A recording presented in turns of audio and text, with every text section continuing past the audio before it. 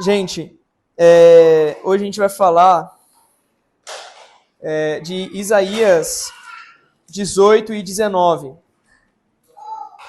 São dois capítulos muito interessantes. Capítulo 19 é um capítulo maravilhoso. Se a gente for ver, por exemplo, num panorama geral de todos os capítulos do fim dos tempos, superficialmente, talvez não chame sua atenção em primeiro momento, né? Mas você vai ver que esse texto ele tem uma revelação maravilhosa daquilo que vai acontecer no fim dos tempos, daquilo que Deus vai fazer. E hoje nós vamos falar um pouco sobre a guerra que vai acontecer na grande tribulação, o anticristo, norte, sul, Israel no meio, Etiópia, Egito, e nós vamos concluir com um grande avivamento que Deus vai fazer na nação, que Deus vai fazer com o povo do Egito. 5 cidades em específico, você vai conhecer essa profecia. Mas antes disso, eu queria começar em Salmos 68, versículo 31, que está escrito, Davi, aproximadamente aí 300 anos antes de Isaías, já havia profetizado, já falava dessa realidade da Etiópia e do Egito adorando o Senhor. Então, Salmos 68, versículo 31, ele fala: príncipes sairão do Egito, a Etiópia logo estenderá as suas mãos a Deus, ou estarão de mãos cheias diante de Deus.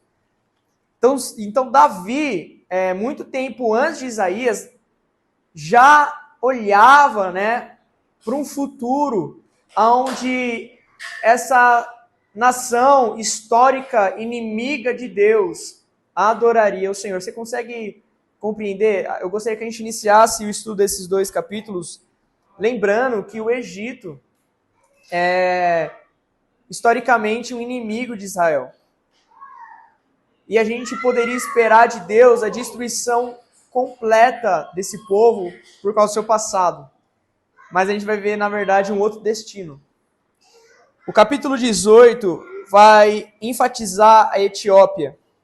Se você for ver do versículo 1 ao versículo 3, nós vamos ver um alerta para embaixadores e mensageiros. Eu quero que você entenda uma coisa.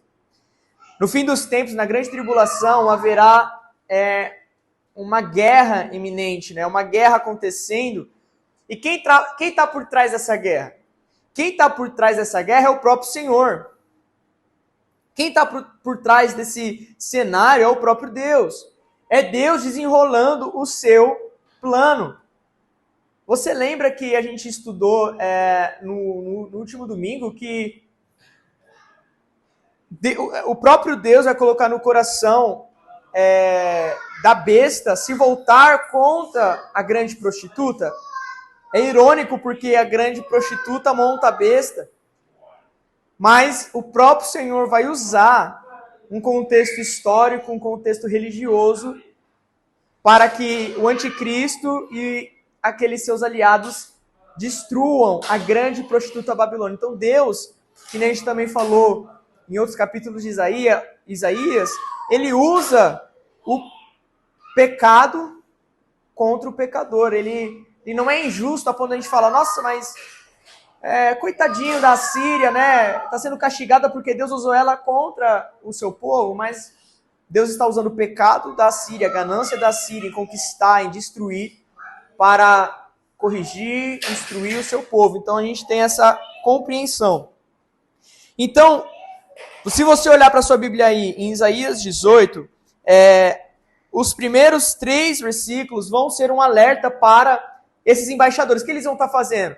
Vai ter uma guerra estourando. O que eles vão fazer? Eles vão tentar fazer conexões. Vão pegar barcos e vão para nações, vão para líderes e reis, tentar impedir essa guerra. Porque, presta atenção nisso, cara. No Daniel 11, vai nos dar um panorama bem interessante para esses 2 capítulos. A gente não vai se aprofundar porque vai ter um dia para isso, né? Um dia onde a gente vai estudar Daniel, as profecias de Daniel sobre o fim dos tempos. Daniel 11 vai dar um panorama para a gente entender, porque o anticristo ele vai surgir como um pequeno líder regional, ninguém vai estar dando muita atenção, ele vai surgir ali, depois vai começar a falar com arrogância e tudo mais, e o anticristo vai fazer uma aliança e ele vai vir do norte. É por isso que a galera que está agora lá no Oriente Médio plantando igreja, cara, de fato eles estão esperando um ataque a qualquer momento do norte. Então, se você for ver, por exemplo, a gente contribui financeiramente para um grupo que planta igrejas lá no Oriente Médio e eles, de fato, leem as escrituras bíblicas, eles estão lá geograficamente nesse lugar e eles esperam do norte, eles colocam os armamentos, as defesas para o norte, porque a Bíblia diz que o anticristo vai atacar Israel, Jerusalém do norte. Então o anticristo vai fazer uma aliança e ele vai vir do norte. Só que o sul vai ter uma coalizão de reis que resistem ao anticristo no fim dos tempos. E essa coalizão ela é liderada pelo Egito. Então, cara, é muito importante isso para o seu conhecimento geral assim da grande tribulação, porque a gente vai achar que vai ser unânime ali, né, o apoio ao anticristo e, cara, de fato vai ter um enorme engano em massa, vai ter realmente uma grande prostituta Babilônia que vai atrair atenção através do pecado, da ganância, enfim. Mas haverá aqui, na profecia bíblica, uma coalizão no sul, que vai resistir. E quem está no meio? Norte e sul? Israel. No meio de todo esse conflito no fim dos tempos. E aqui, o que eles estão fazendo? Embaixadores estão indo de um lado para o outro para tentar evitar essa guerra. Para tentar evitar esse conflito. Mas aí, no versículo 4 em diante, a gente vai entender que quem está por trás dessa guerra é o próprio Senhor. É o Senhor que vai estender a bandeira. É o Senhor que tem um objetivo e um plano para isso. Então a Etiópia, ela vai estar ali sendo uma nação exemplo do que Deus vai fazer em todas as nações. A gente já aprendeu que a grande tribulação, Deus afeta a economia, a segurança, a estabilidade civil, enfim.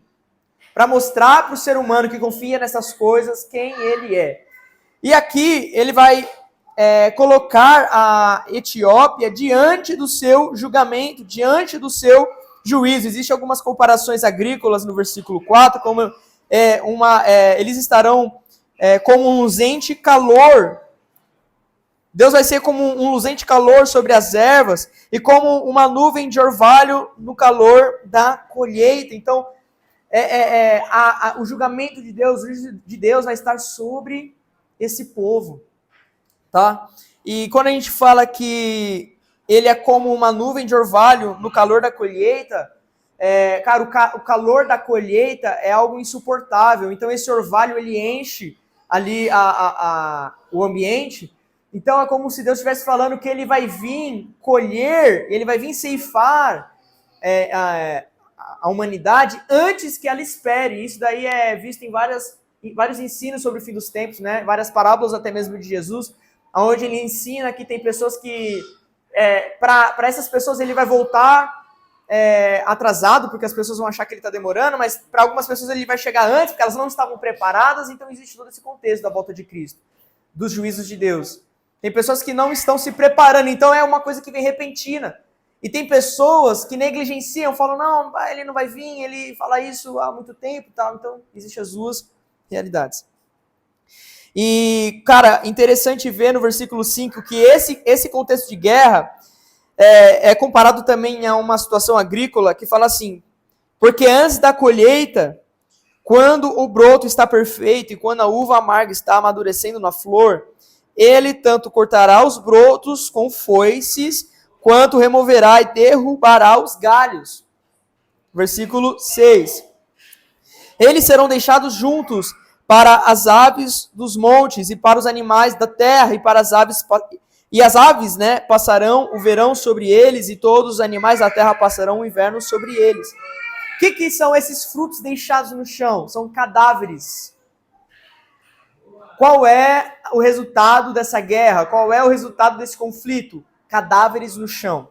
E você vê que na volta de Jesus, Mateus 24, você Jesus ele fala que aonde estiver os arbustos, né? Como que é? Vamos lá para Mateus 24. Acho que não está para falar. Acho que é Lucas ou Lucas.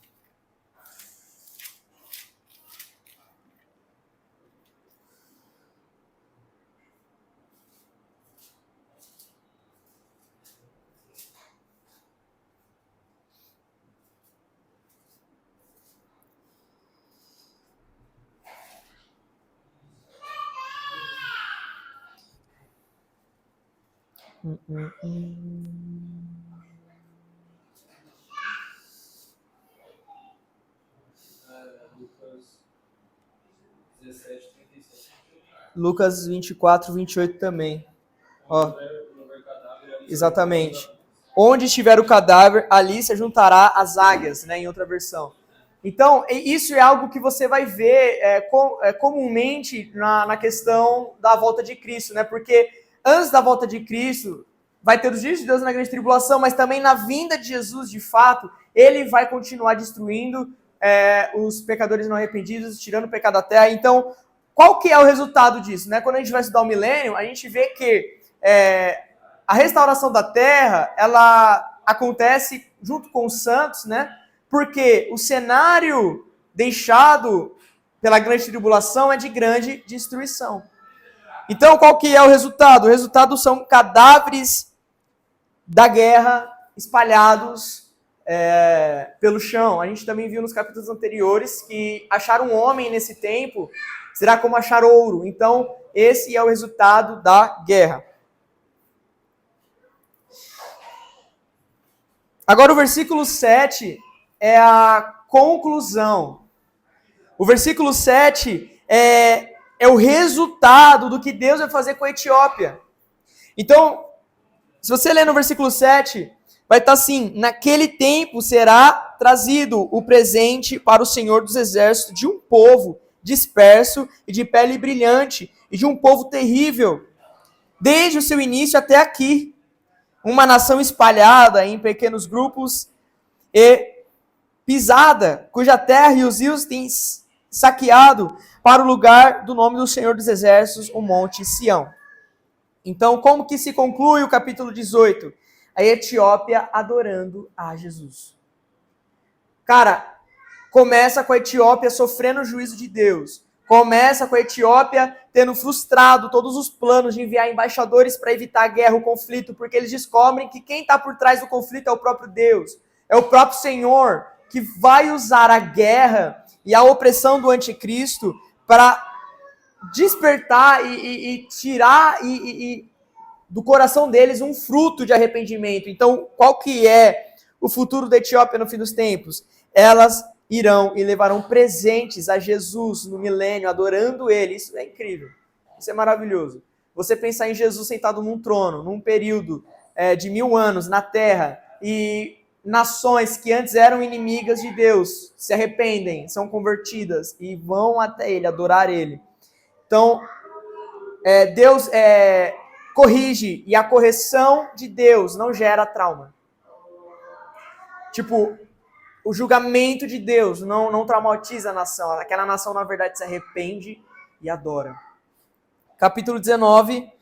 Agora a gente não vai falar da Etiópia em si, mas a gente vai falar do Egito. E esse primeiro versículo ele é muito especial. Por quê? Porque esse primeiro versículo eu amo ele porque é um dos motivos para eu acreditar que Jesus, quando ele volta e ele desce no Egito, né? Ele ensina em Mateus 24 que todo olho o verá, e a gente acredita que ele vai pairar por todo o globo terrestre, para que todo olho o veja. Ele vai vir nas nuvens, numa altura suficiente para nós o vermos e reconhecermos que ele é Jesus. Então a gente não vai ficar assim, é um avião? É uma espaçonave? É um OVNI? Não! Jesus vai vir de forma visível, e todo olho o verá, e aqueles que o transpassaram irão se lamentar, se arrepender. Ou seja, todo mundo vai reconhecer, a gente não vai falar quem é esse homem. Ele vai vir com toda a sua glória, e a gente vai olhar e vai falar, este é o Messias esperado. Este é o Messias que os profetas falaram. Este é o Cristo. E aí existe uma jornada, né? Quando Cristo vem, ele desce em terra.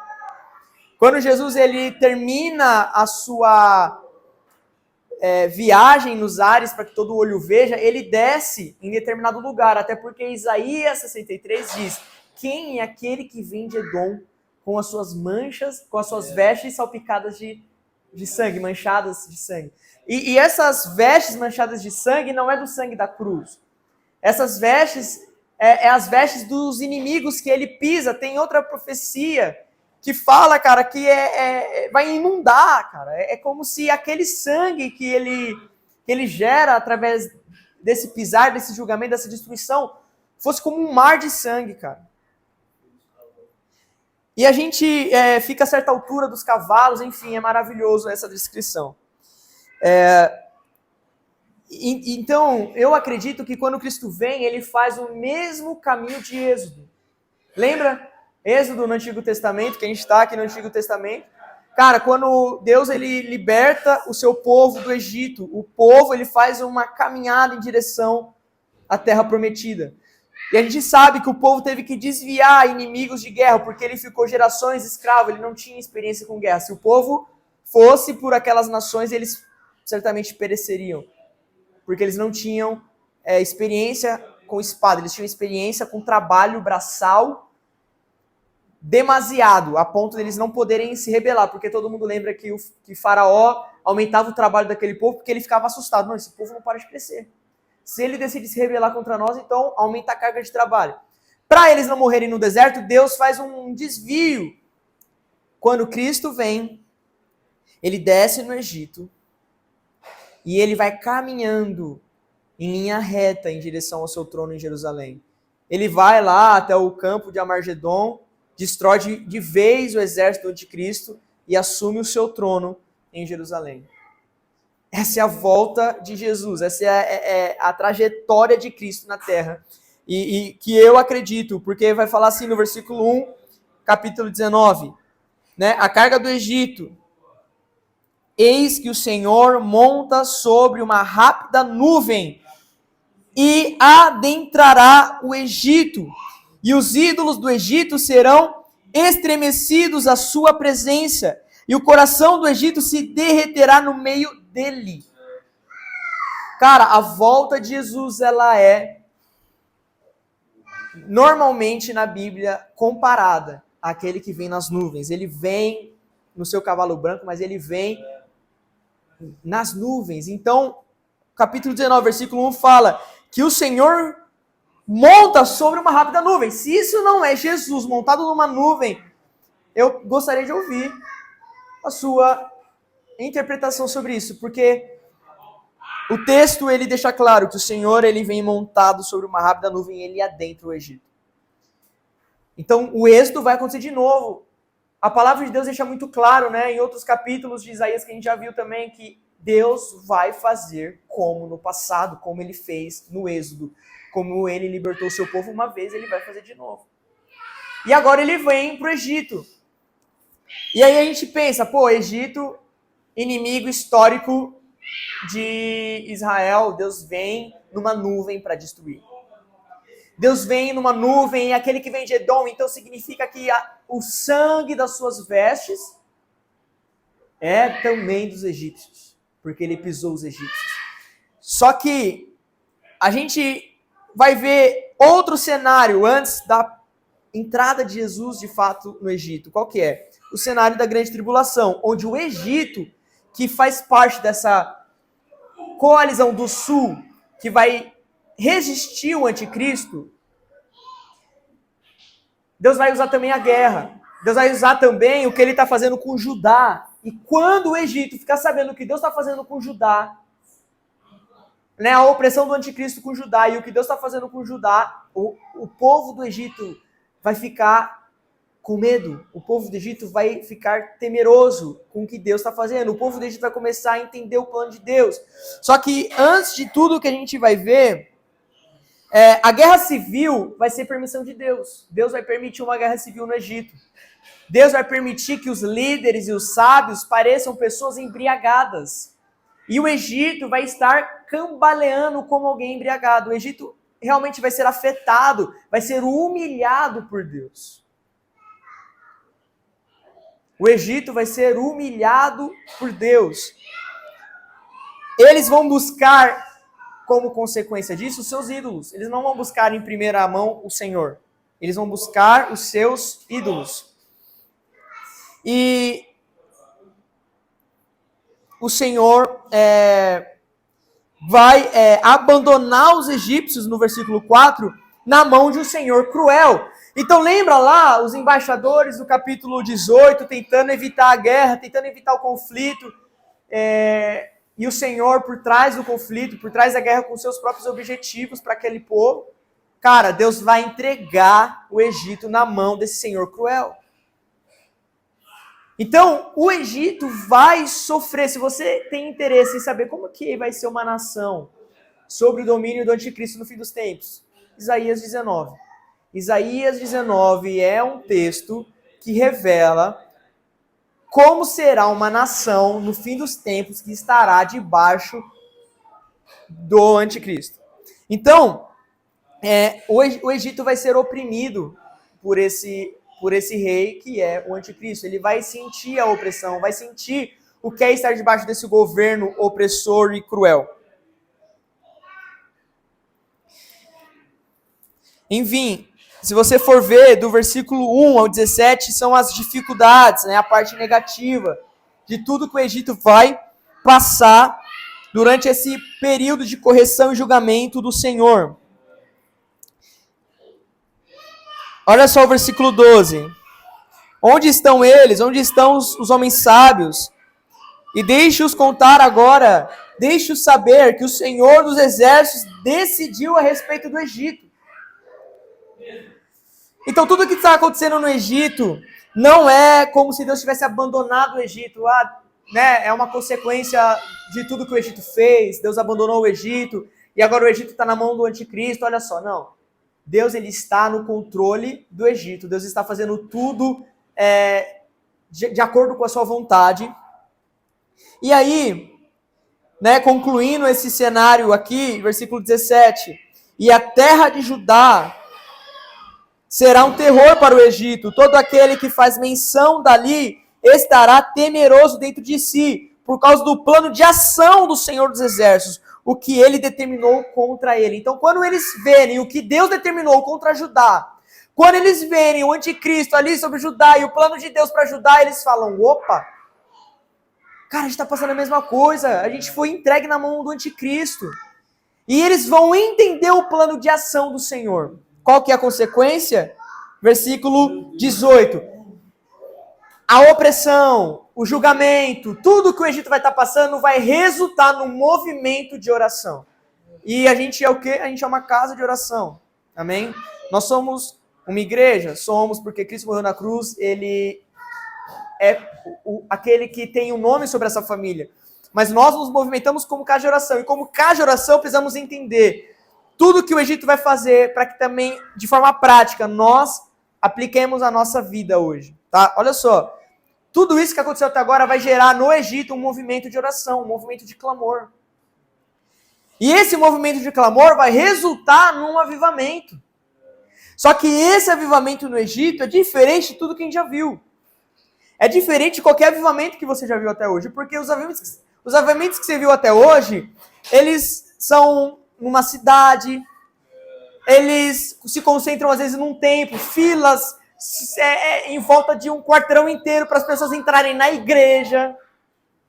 E como esses avivamentos geralmente acabam com algum dos líderes, Cara, enfim, existe ali alguns pecados que acabam com certos avivamentos que aconteceram, isso daí é histórico e tudo mais. Só que esse avivamento aqui não é uma igreja do Egito que vai avivar. Não vai ter uma fila que vai girar um quarteirão inteiro para entrar em alguma igreja do Egito. Na verdade, você tem que lembrar que o Egito ele é predominante muçulmano. Então, não são pessoas que nem no Brasil, que são cool. Não, Jesus, não vou na igreja, mas Jesus é legal. Não é esse o cenário. O cenário são muçulmanos radicais. Muçulmanos radicais orando, clamando e se arrependendo e sendo visitados pelo Espírito de Deus. Esse avivamento aqui não é um avivamento que se concentra num templo. Esse avivamento aqui vai atingir 5 cidades. 5 cidades vão começar a falar a língua dos judeus, só para receber os judeus na terra deles. Eu não sei se você sabe, mas em Apocalipse tem uma parte lá que fala da mulher, do filho da mulher, e aí tem uma perseguição, e aí, cara, tem alguém que ajuda Israel. Tem alguém que ajuda no deserto Israel. Tem alguém que hospeda Israel. 5 cidades vão ser avivadas no fim dos tempos. 5 cidades do Egito, muçulmanos radicais, vão começar a se preparar para receber judeus e hospedar judeus. Deus não vai só trazer consciência de quem ele é para um muçulmano radical. Deus vai reconciliar um muçulmano radical com um judeu. Ou seja, vai haver conserto na casa de Ismael. Cara, o Egito, um inimigo histórico, Deus podia destruir eles por tudo que eles fizeram. Deus decide trazer avivamento, salvação para o povo do Egito. E outra coisa, você lembra quem era o inimigo desse povo? O próprio anticristo. Eles eram uma coalizão no sul que resistia ao anticristo e seus aliados. E a Bíblia fala que eles vão levantar altares para Deus. Eles não vão adorar escondido. Olha só, isso que diferencia esse avivamento também. Eles não vão estar, num porão, perseguição, canta baixo. Eles vão colocar um altar diante do Senhor na porta da cidade, declarando: nós servimos ao Senhor. Eles não vão adorar Jesus com medo de morrer. Eles ainda vão estar na grande tribulação, o anticristo ainda vai ser seu inimigo, mas eles não vão esconder o fato deles estarem agora crendo e adorando e servindo o Senhor dos Exércitos. Então a declaração de fé deles não é num porão escondido, a declaração de fé deles é na cidade. Não é uma igreja que vai estar sendo avivada, é uma nação. Olha só, naquele dia, 5 cidades na terra do Egito falarão a língua de Canaã e jurarão ao Senhor dos Exércitos. Eles vão fazer votos ao Senhor. Muçulmanos radicais vão estar sendo devotos a Jesus. Não é só assim, cara, você ganhou essa apologética, realmente faz mais sentido a Bíblia do que o Alcorão. Não. Faz mais sentido a Torá. Não. Eles vão estar fazendo votos diante do Senhor. O coração deles vai estar totalmente entregue ao Senhor dos Exércitos. Naquele dia, versículo 19, haverá um altar ao Senhor no meio da terra do Egito e uma coluna na fronteira daquele lugar ao Senhor. Então vai ter no meio do Egito um altar em adoração a Deus. E nas fronteiras, aquilo que eu disse, colunas declarando que eles servem a Deus. Então eles não serão uma nação escondida, mas eles serão uma nação que declara a sua adoração a Jesus. Versículo 20. E isso será por sinal e por uma testemunha ao Senhor dos Exércitos na terra do Egito, porquanto eles clamarão ao Senhor. Por causa dos opressores, e ele enviará a eles um Salvador e um grande, e ele os libertará. Quem é esse que o próprio Deus vai enviar? Eles estavam antes sendo oprimidos pelo anticristo, pelo seu exército, né, pelas suas ameaças, pelos seus ataques, porque se você for ver, o anticristo vai estabelecer ali, né, vai se estabelecer com o seu exército ali no litoral, entre o monte de Israel e o mar mesmo, né? Então ele vai se estabelecer ali até pela estrutura que tem hoje. Vai estar tendo todo esse conflito. E, cara, por causa dos opressores, o Egito vai clamar ao Senhor. E o que o Senhor vai fazer? Ele vai enviar um grande.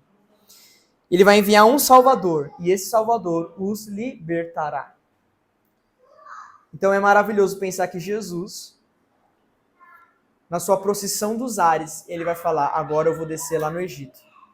Naquela nação que perseguiu, naquela nação que foi inimiga do meu povo, eu vou descer lá e vou libertar eles.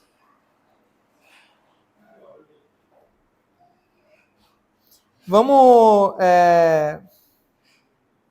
Versículo 22 resume o capítulo 19. Se você não entendeu alguma coisa até agora, o capítulo 22 resume o capítulo 19. O versículo 22 diz assim: E o Senhor golpeará o Egito.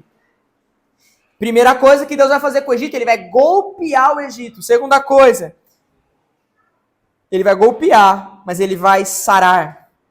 E eles retornarão precisamente para o Senhor. E ele receberá a súplica deles e os curará. Cara, olha o plano de Deus para o Egito. Deus vai primeiro golpear o Egito. Mas depois, Deus vai sarar o Egito.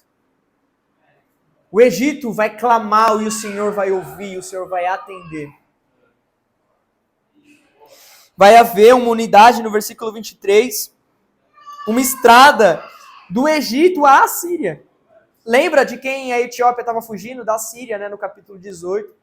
Mas vai haver reconciliação, Deus vai reconciliar e vai haver uma estrada, um caminho que liga a Assíria até o Egito. E os assírios adentrarão o Egito, e os egípcios a Assíria. E os egípcios servirão com os assírios. Então, aquele povo que antes estava em guerra, agora vai estar unido, trabalhando junto, entrando um na terra do outro. Por quê? Porque Jesus está no contexto, porque Jesus está no controle, porque Jesus e o Senhor está com o seu plano em ação.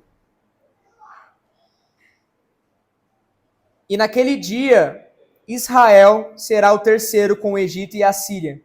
Precisamente uma bênção no meio da terra. Sabe a promessa de Israel ser uma bênção na terra? Deus vai usar essas três nações e possivelmente aquele jardim do Éden restaurado vai ser nessas três nações. Israel vai ser o terceiro, porque Israel será uma bênção no meio da terra, mas junto com o Egito e junto com a Síria. Serão uma bênção para todas as demais nações. E a conclusão desse capítulo, a declaração do Senhor, ela é maravilhosa. A gente sempre lembra de que o estudo do fim dos tempos não é sobre curiosidade, o estudo do fim dos tempos não é sobre sanar só dúvidas, o estudo do fim dos tempos é estudar Jesus. E olha só, o seu Jesus revelado nesse texto, o caráter do seu Messias, o caráter do seu Senhor. Você consegue enxergar isso? Você consegue enxergar Jesus nesse texto? Porque você destruiria o Egito. Você que é rancoroso, terminaria sua procissão nos ares e pisaria para destruir o Egito e falaria, você será como Sodoma e Gomorra, ninguém mais habitará em você. Mas você consegue conhecer o caráter de Deus, o plano de Deus, em tudo que ele está fazendo aqui. Olha só olha como ele termina. A quem o Senhor dos Exércitos abençoará, dizendo. Cara, Deus vai abençoar o Egito, a Assíria e Israel. Olha só o que Deus vai falar. Abençoado seja o Egito, meu povo. A Assíria, obra das minhas mãos. E Israel, minha herança. Cara, se você ler a Bíblia, você vai ver o Egito. Cara, praga, para Faraó libertar o povo, o Egito sendo amassado por Deus, o Egito oprimindo o povo de Deus, a Assíria atacando, a Assíria oprimindo, Deus usando a Assíria como instrumento para ele corrigir o seu povo. E no fim dos tempos, Deus vai olhar para o Egito e para a Síria. Se a gente tivesse arrancado Isaías 19, a gente ia achar que o Egito e a Síria iam terminar inimiga de Deus e Deus ia só se vingar deles. Mas a gente termina ouvindo Deus dizer assim, Egito, meu povo. A Síria, obra de minhas mãos.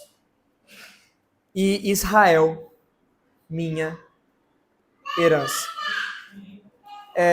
Eu queria dar oportunidade para perguntas e posicionamentos. Você pode abrir seu coração agora. Eu só queria concluir orando com você. E concluir pedindo para que você pensasse em todas essas coisas e olhasse para o Senhor. Quem é esse Deus que vai trazer um avivamento na nação do Egito, de um inimigo histórico do seu povo? Quem é esse Deus que vai olhar para esse Egito e vai falar assim, você é meu? A Síria, você é obra das minhas mãos. Israel, você é minha herança. O nosso Deus, que é um Deus de amor, de misericórdia. Você precisa lembrar que na grande tribulação, o objetivo de Deus, em primeira instância, não é destruir o pecador. O objetivo de Deus em seus selos, em suas trombetas, nos seus juízos, é o quê? É gerar arrependimento no coração do pecador, é salvar o pecador. Enquanto ele dizima o anticristo, a religião do anticristo, o sistema do anticristo, enquanto ele tira o pecado da terra, ele quer que o pecador se arrependa. Então eu quero que você adore o Senhor, ore agora sobre essa verdade. Senhor, obrigado pela revelação do que o Senhor vai fazer no Egito. Oramos para que o povo agora muçulmano, o Senhor possa dar para nós algumas primícias do que o Senhor vai fazer no fim. Oramos pelo povo muçulmano. Oramos para que eles comecem hoje uma união, que cristãos no Oriente Médio se unam para levantar uma súplica e um clamor ao Senhor. Oramos por um movimento de oração no Egito. Oramos por um movimento de oração no Oriente Médio, clamando ao Senhor. Oramos, Pai, pedindo que o Senhor faça e derrame o seu Espírito, aviva, Senhor, e salve o povo muçulmano. Oramos também pelo que o Senhor vai fazer no fim dos tempos, de forma completa. Obrigado porque o Senhor é assim. Obrigado pelo seu caráter. Obrigado, Deus, pelo seu poder. Obrigado, Deus, pelo seu plano perfeito sendo desenrolado no seu dia aí no fim dos tempos. Senhor, oramos, Pai, para que a opressão realizada no Egito realmente se converta em arrependimento, clamor e súplicas ao seu nome. E oramos para que o Senhor responda essas orações com um grande derramar do seu Espírito, com grande salvação, com um avivamento de adoração naquele lugar, com pessoas que vão declarar o seu nome diante da morte, muçulmanos radicais que vão declarar que o Senhor é o Messias, mesmo diante da ameaça de morrer. Nós oramos por isso, Jesus, e sabemos que Etiópia e Egito são exemplos do que o Senhor vai fazer em todas as nações. Oramos pelo Brasil no fim dos tempos. Oramos para que o Brasil, diante da opressão do anticristo, possa se converter ao Senhor, se voltar ao Senhor. Oramos por reuniões de oração crescendo no Brasil. Oramos por um clamor ao Senhor crescendo. Oramos por pecadores se arrependendo no fim dos tempos e declarando que o Senhor é o Messias deles diante da morte, diante do governo do anticristo, diante do exército do anticristo. Oramos pela mesma coisa que o Senhor vai fazer no Egito, Pai. Oramos para que o Senhor faça nas outras nações. Pai, que o Senhor use a mão, que o Senhor pese a sua mão sobre essas nações, mas que depois que o Senhor golpear essas nações, o Senhor sare essas nações. Pai, golpeia o Brasil no fim dos tempos, mas sara o Brasil. Ouve o clamor e as súplicas do Brasil, assim como o Senhor vai fazer no Egito, assim como o Senhor vai fazer na Etiópia. Te agradecemos pelo seu plano revelado, no nome de Jesus. Amém.